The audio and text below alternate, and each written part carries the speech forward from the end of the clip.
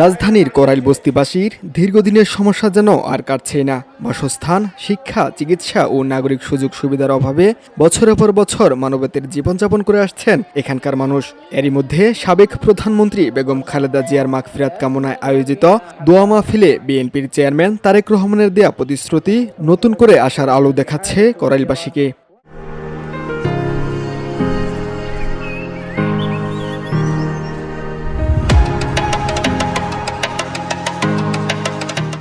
তার এমন আশ্বাসে করাইলের সাধারণ মানুষের মধ্যে দেখা দেয় নতুন প্রত্যাশা ও স্বস্তির ছাপ।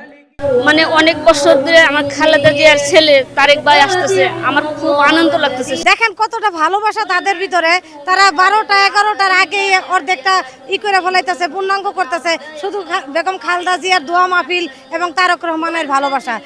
আজ সকাল থেকেই তারেক রহমানের উপস্থিতিকে ঘিরে এলাকায় আইন শৃঙ্খলা বাহিনীর নিরাপত্তা ব্যবস্থা জোরদার করা হয়। অনুষ্ঠান শুরুর আগ মুহূর্তেই দোয়া মাহফিলে যোগ দিতে করাইলের বিভিন্ন প্রান্ত থেকে জড়ো হন বিপুল সংখ্যক মানুষ। তারেক রহমানের উপস্থিতিতে উচ্ছ্বাসিত হয়ে ওঠেন করাইলের বাসিন্দারা। দীর্ঘদিন ধরে নানা সমস্যায় জর্জরিত বস্তিবাসীদের জন্য নতুন পরিকল্পনার কথা তুলে ধরেন তারেক রহমান।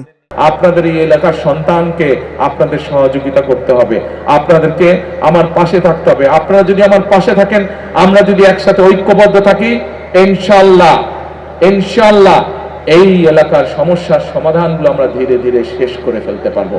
এই সময় তারেক রহমান করাইলবাসীদের পাশে সবসময় থাকবেন এবং তাদের জীবনমান উন্নয়নে কার্যকর উদ্যোগ নেওয়া হবে বলে অঙ্গীকার ব্যক্ত করেন। প্রিয় ভাই বোনেরা, আমরা যদি ঐক্যবদ্ধ থাকি একসাথে, তাহলে এই এলাকার যে সমস্যাগুলো আপনাদের কাছে আছে, আইন শৃঙ্খলার কথা বলেন, রাস্তাঘাটের সমস্যা বলেন, শিক্ষার সমস্যা বলেন, যেই সমস্যাগুলো আছে, আমরা সকলে মিলে ইনশাআল্লাহ ইনশাআল্লাহ ইনশাআল্লাহ এই সমস্যার সমাধান করতে পারবো।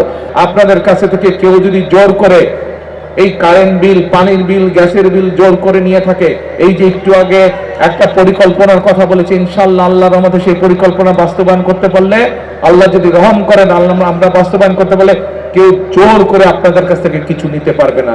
তারেক রহমানের এমন ঘোষণায় করাইল বস্তিবাসীর মধ্যে তৈরি হয়েছে নতুন প্রত্যাশা। দীর্ঘদিনের বঞ্চনা আর অবহেলার অবসান ঘটবে এমন আশাতেই এখন তাকিয়ে আছেন তারা। নাইমুল ইসলাম, ভিওডি বাংলা, ঢাকা।